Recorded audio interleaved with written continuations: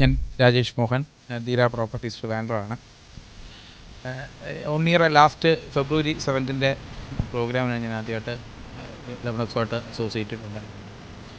So അതുവരെ accountability എന്ന് പറയുന്നൊരു സംഭവം നമുക്ക് വലുതായിട്ടുണ്ടായിരുന്നില്ല. പക്ഷേ ഇപ്പം കൃത്യമായൊരു അക്കൗണ്ടബിലിറ്റിയിലേക്ക് നമ്മൾ സിസ്റ്റം കൊണ്ടുപോകുന്നതിന് വേണ്ടി സാധിക്കുന്നുണ്ട്. ഇന്നത്തെ ദിവസം എൻ്റെ റിയലൈസേഷൻ എന്ന് പറയുന്നത് ശരിക്കും ഞാൻ കമ്മിറ്റഡ് ആവുക എന്നുള്ളതാണ് ഫസ്റ്റ്.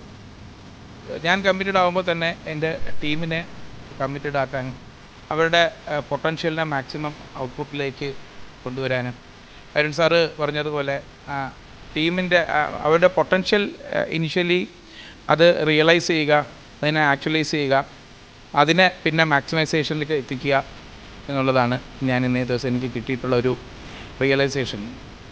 പ്രസ്തുത എന്താണ് ആ ഒരു മാക്സിമൈസേഷനിൽ നിന്ന് തന്നെ നമുക്ക് ആ ഒരു എനർജി ബൂസ്റ്റിംഗ് ഉണ്ടാക്കിയെടുക്കുന്നതിനും ആ ടീമിലേക്ക് തന്നെ നമ്മുടെ കരിസ്മയും നമ്മുടെ എനർജിയും പാസ് ചെയ്യുന്നതിനും സാധിക്കും.